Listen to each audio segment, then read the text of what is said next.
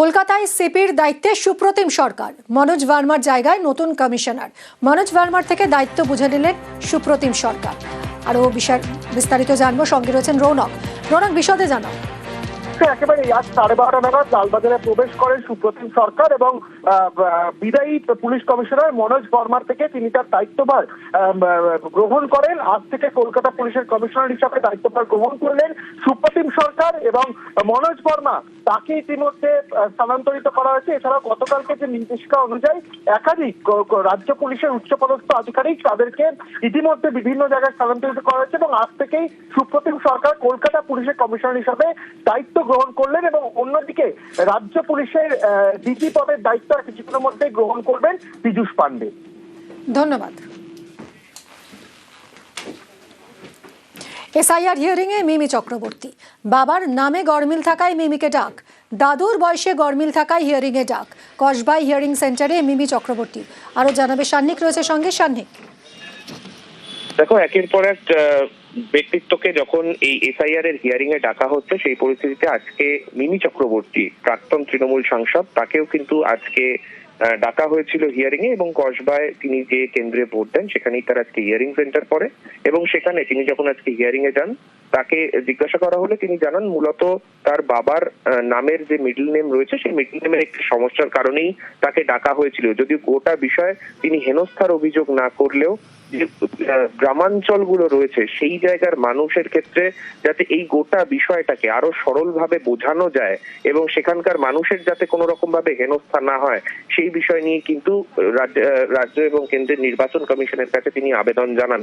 এই গোটা বিষয় নিয়ে এর পাশাপাশি তার দাদুর বয়সের সঙ্গে তার এই বয়সের কিছুটা পার্থক্য হওয়ার একটা বিষয় তিনি সামনে এনেছেন এবং সেই কারণেই মূলত তাকে এবং তার পরিবারে তার দিদিকেও একই কারণেই ডাকা হয়েছে বলে তিনি জানান। এই গোটা বিষয় নিয়ে আমরা দেখেছি সাম্প্রতিক অতীতে তৃণমূল কংগ্রেস নেতৃত্ব কিন্তু বারংবার সরব হয়েছে যে বিভিন্ন জায়গায় ভোটারদের হেনস্থা করা হচ্ছে। আজকে মিমি চক্রবর্তী নিজে হেনস্থার অভিযোগ না করলেও গ্রামাঞ্চলের মানুষদের যাতে সুবিধা করে দেয়া হয় এবং সেই দিকটাতেই যেন জোর দেয়া হয় সেই বিষয়টাই কিন্তু আবেদন জানিয়েছেন। ধন্যবাদ। বেসিক যেগুলো ফর্মালিটিস, আমার সাথে আমার দাদুর বয়সের মানে শৈলেশচন্দ্র চক্রবর্তীর আমার দাদুর নাম, সো ওইটার সাথে একটু বয়সের ডিফারেন্সটা একটু ওরা রিক্যালকুলেট করছিল, সেটা অ্যান্ড হয়ে গেছে। শুনানির লাইনে ভোটাররা, দেখা নেই ইয়ারোর। কমিশন আধিকারিকদের বিরুদ্ধে অভিযোগ ভোটারদের, সময় মতো আধিকারিকদের না আসার অভিযোগ। ধূপগুড়িতে এসআইআর এর শুনানি কেন্দ্রে চরম হয়রানি, দীর্ঘক্ষণ লাইনে দাঁড়িয়ে ভোগান্তির অভিযোগ। অসুস্থ অনেকেই হাজির শুনানিতে।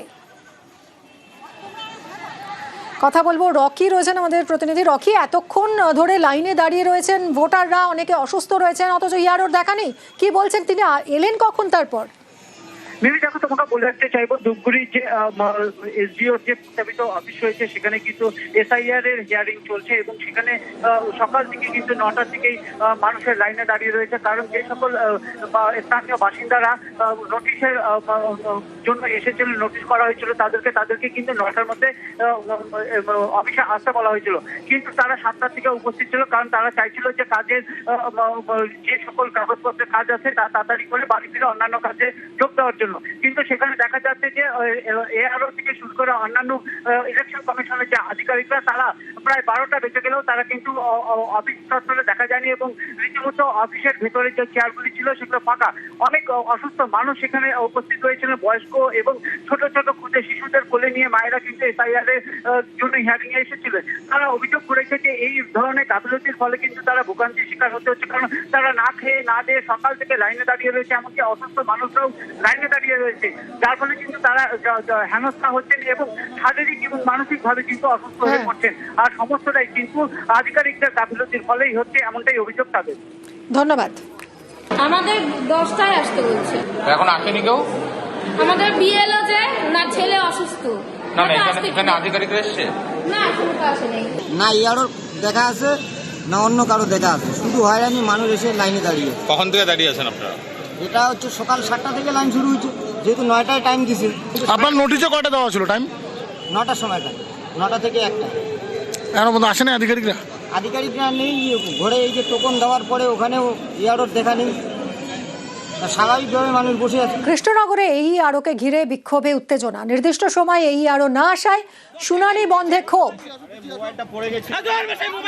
কি হয়েছিল পরিস্থিতি জানবো সমীরের কাছ থেকে। সমীর, দেখুন, ইনি কৃষ্ণনগর পৌরসভার এলাকাদের যে এসআইআর এর শুনানি সেটা চলছে কৃষ্ণনগরের স্কুলের ময়দানে, এবং যথারীতি সকাল 10টা থেকে সেখানে কিন্তু যাদের শুনানি নোটিশ পেয়েছেন তারা আগে উপস্থিত হয়েছেন, এবং এখানে 18 নম্বর ওয়ার্ডের 86 যে এই আরো আছেন তিনি 10টার সময় আসার কথা থাকলেও 11:30 বেজে গেলে তিনি আসেননি। তাহলে যারা লাইনে দাঁড়িয়েছিলেন তারা বিক্ষোভ দেখাতে থাকেন, এবং এরপরে 11:30 কিছুক্ষণ পর এই আরো এসে পৌঁছন এবং তাকে ঘিরেও চলে বিক্ষোভ, এবং তার যেটা দাবি তার মোবাইল খারাপ হয়েছিল সেই কারণে তিনি আসতে দেরি করেছেন। তবে তার এই দাবি মানতে দাদা তারা কিন্তু বিক্ষোভ দেখাতে থাকেন। তাদের দাবি যে এমনিতেই এই ইলেকশন কমিশন হয়রানি করছে শুনানির নামে, তার পরেও 1.5 ঘন্টারও বেশি সময় লাইন ধরে দাঁড়িয়ে থাকতে হচ্ছে এই আরো আসলে ইচ্ছাকৃতভাবে, এবং তার জন্য হয়রানি হচ্ছে। এরই প্রতিবাদে কিন্তু বিক্ষোভ দেখাতে থাকেন। অবশেষে প্রায় 1.5 ঘন্টা পর শুনানি শুরু হয়, তখন বিক্ষোভ প্রশমিত হয়। ধন্যবাদ সমীর। এসআইআর এর হিয়ারিং আছে, আমার নোটিশে আছে দেখুন টাইম 10টা, সকাল 10টায় এসে দেখছি এই আরো এখনো পর্যন্ত আসেনি। উনি বিগত দিনেও দেখা যাচ্ছে রিসিভ করার পর কোনো রিসিভ কপি দিচ্ছেন না। আমরা চাইছি তাড়াতাড়ি এটা শুরু হোক, কারণ এতগুলো মানুষ লাইনে দাঁড়িয়ে আছে, এই মানুষগুলো তো হয়রানি হচ্ছে। অনেকের পরীক্ষা আছে, তারা এসে এখানে জমা দিয়ে তবে সে পরীক্ষা দিতে যাবে। বয়স্ক অসুস্থ মানুষ আছে, তারা কন্টিনিউয়াস লাইনে এখনো পর্যন্ত দাঁড়িয়ে। এই আরো কি পাবলিকের সাথে ইয়ারকি মারছে? বিষয়টা কিছু না, মোবাইলটা পড়ে গেছিল, মোবাইলটা